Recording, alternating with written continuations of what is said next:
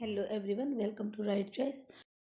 Reading campaign के अंतर्गत जो हमारी वर्कशीट नंबर है 24 और ये रहने वाली है हमारी 15 फरवरी 2020 यानी कि 15 फरवरी के लिए। बेटा यहाँ पे आपको अपना नेम राइट करना है, यहाँ पर अपने टीचर्स का नेम राइट करना है। ये रहने वाले 6th 7th और 8th क्लास के लिए।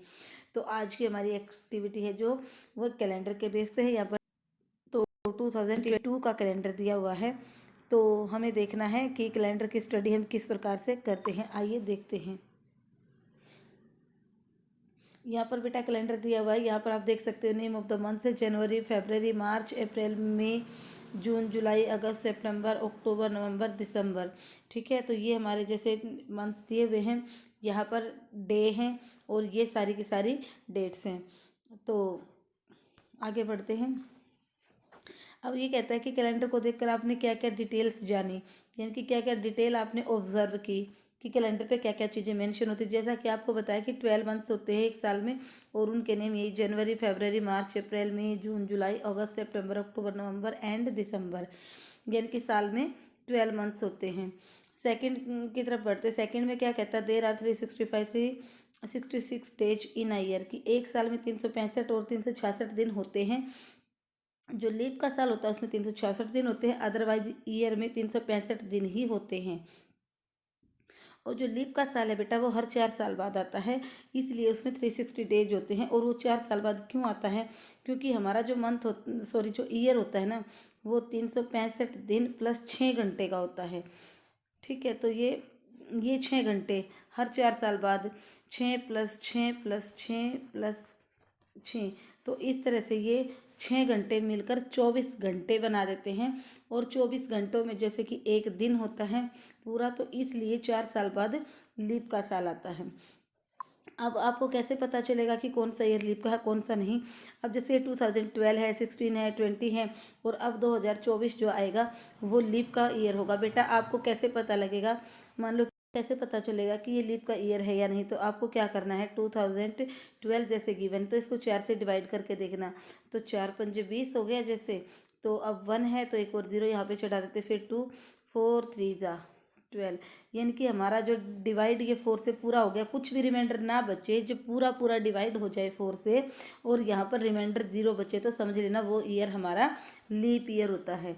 तो जो 4 से भाग हो जाते हैं जो पूरे पूरे, और जिनमें कोई रिमाइंडर बचता है वो लीप ईयर नहीं होता, जिसमें रिमाइंडर 0 बचती है वो हमारा लीप ईयर होता है। तो इस प्रकार आप देख सकते हो 2012, 16, 20 हमारे लीप के ईयर थे।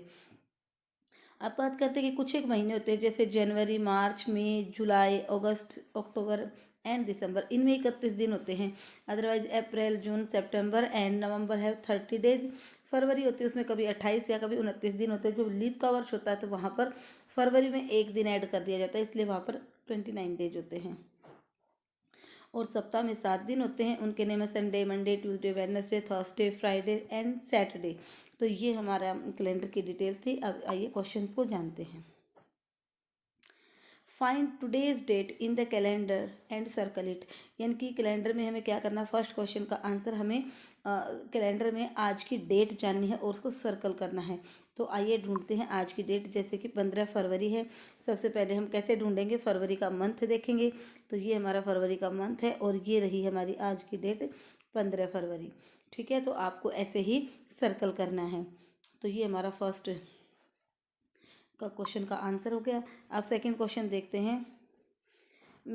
Make your family members birthday, कि आपके फैमिली मेम्बर के बर्थडे की जो डेट है in the calendar with different shapes like square, triangle, circle etcetera and fill the following table, यानी कि आपको टेबल बनानी है। मान लो आपके फादर का नाम रमेश लगा लो, तो आप यहाँ पर लिखोगे, पापा का नाम लिख दो जैसे रमेश, और ब्रैकेट में आप लिख सकते हो फादर।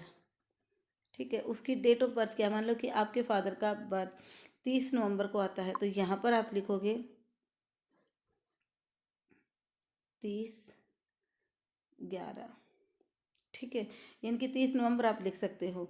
और आपको ढूंढना है तो इसी कैलेंडर में तो आएगा ही, तो वहाँ पर आप जो 30 नवंबर की जो डेट होगी ना, नवंबर वाले महीने में जाकर 30 पे हम शेप्स बनाने, माने किसी पे आप ट्रायंगल बना सकते हो, किसी पे आप सर्कल बना सकते हो, यानी कि किसी पे आपने ट्रायंगल बना दिया, एक पे आपने सर्कल बना दिया, एक पे आप ऐसे रेक्टेंगल बना सकते हो। ऐसे बनाने हैं, यानी कि फादर का बर्थडे, फिर मदर का बर्थडे, फिर सिस्टर और ब्रदर का बर्थडे।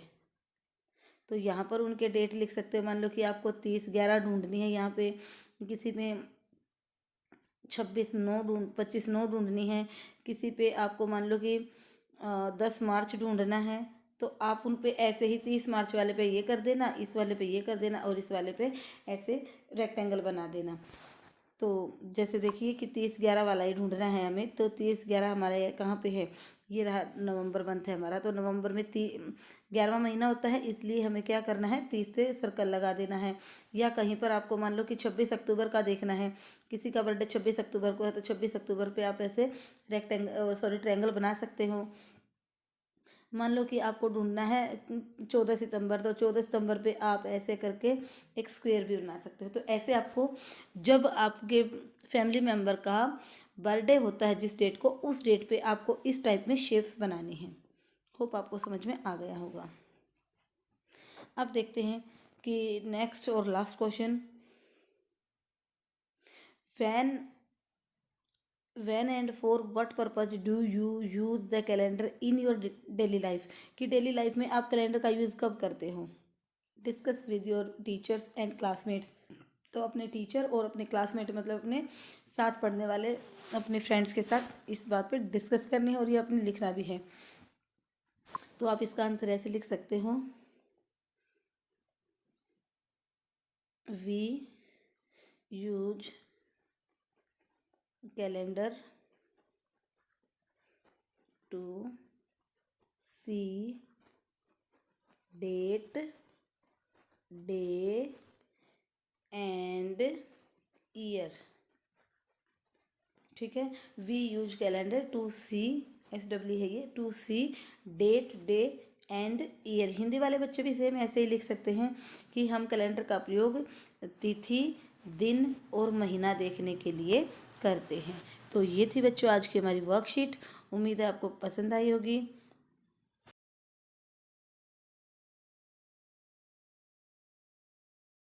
अगर आपको वीडियो अच्छी लगे तो लाइक करें, शेयर करें और चैनल को सब्सक्राइब करें।